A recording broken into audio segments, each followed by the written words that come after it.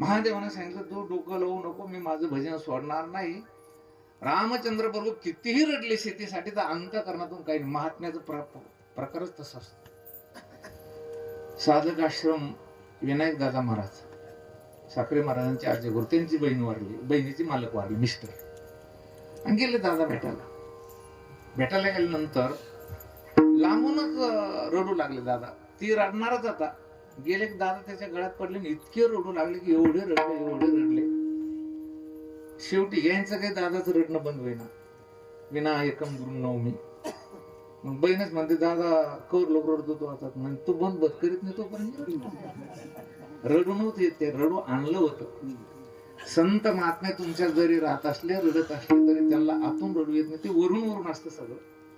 पार्वती म्हणे तुम्ही गप्पा नका मारू म्हणे, रामने तू भजन करायचं नाही. प्रजापती म्हणे मीच परीक्षा घेते म्हणे. मला वाटतं परीक्षा घेताना घेऊच नाही, आपण आपला पेपर नीट सोडावा, याचं त्याचं काही पाहू नये. कारण कपडे जर स्वच्छ राहावे असं वाटत असेल तर याचं दररोज धुणं व्हायला पाहिजे. काय धुणं नाही केलं तुम्ही कपड्याचं नीट होतं का ते?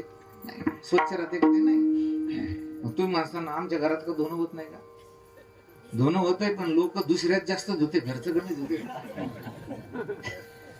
दुसऱ्याचं धुणं ज्या दिवशी बंद होईल आपलं धुणं आपण धुवायचं.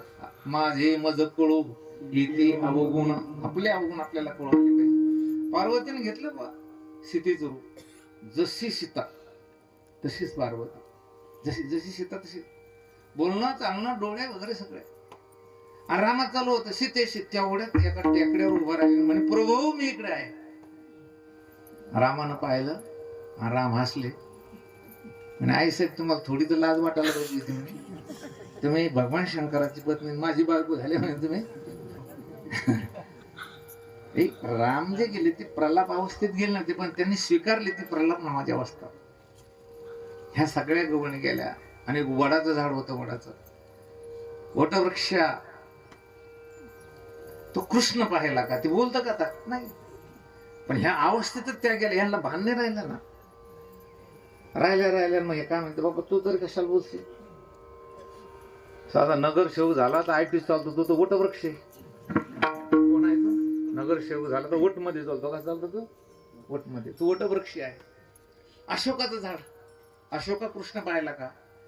गवळणी काय म्हणलं माहितीये का? म्हणजे नाही, शोक म्हणजे शोक. तुझ्याकडे शोकच नाही आणि आम्ही सगळ्या शोकग्रस्त. तू कशाला पासेल कृष्ण? याला म्हणायचं प्रलाप नावाची अवस्था. यशोदा एक दिवस सकाळी काम करत होती.